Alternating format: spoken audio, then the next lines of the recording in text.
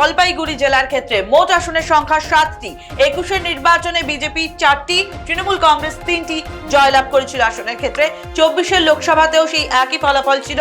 Opinion pole 2025 March, সেখানে কিন্তু তৃণমূল কংগ্রেসের 4টি, বিজেপির 2টি, হাড্ডাহাড্ডি লড়াই ছিল একটি আসনের ক্ষেত্রে।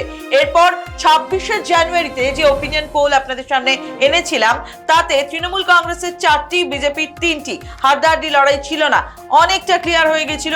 খুব স্বাভাবিকভাবেই এবার যখন 26শে ফেব্রুয়ারির ওপিনিয়ন পোল আনছি, সেখানেও কিন্তু সেই ট্রেন্ডই বজায় রয়েছে। অর্থাৎ জলপাইগুড়ির ক্ষেত্রে জানুয়ারিতেই ছবিটা অনেকটা পরিষ্কার ছিল। সিদ্ধার্থ, মোট 7টি আসনের মধ্যে 21-এ তো যেটা আমাদের এখানটাতে যে তৃণমূলের ছিল 3টি, বিজেপি ছিল 4টি।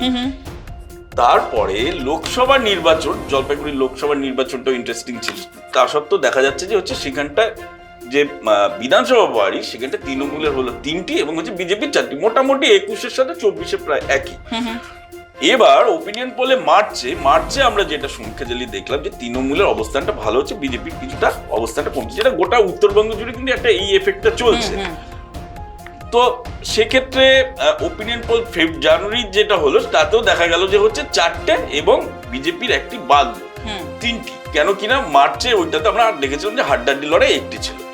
আর লাস্ট ওপিনিয়ন পোলে কিন্তু তোমার হচ্ছে সেই একই ট্রেন্ড রয়ে গেল যে তৃণমূল 4টি, বিজেপি 3টি। মানে জানুয়ারিতে যেটা ছিল, ফেব্রুয়ারির ওপিনিয়ন পোলেও সেম থাকছে, সেম ট্রেন্ড।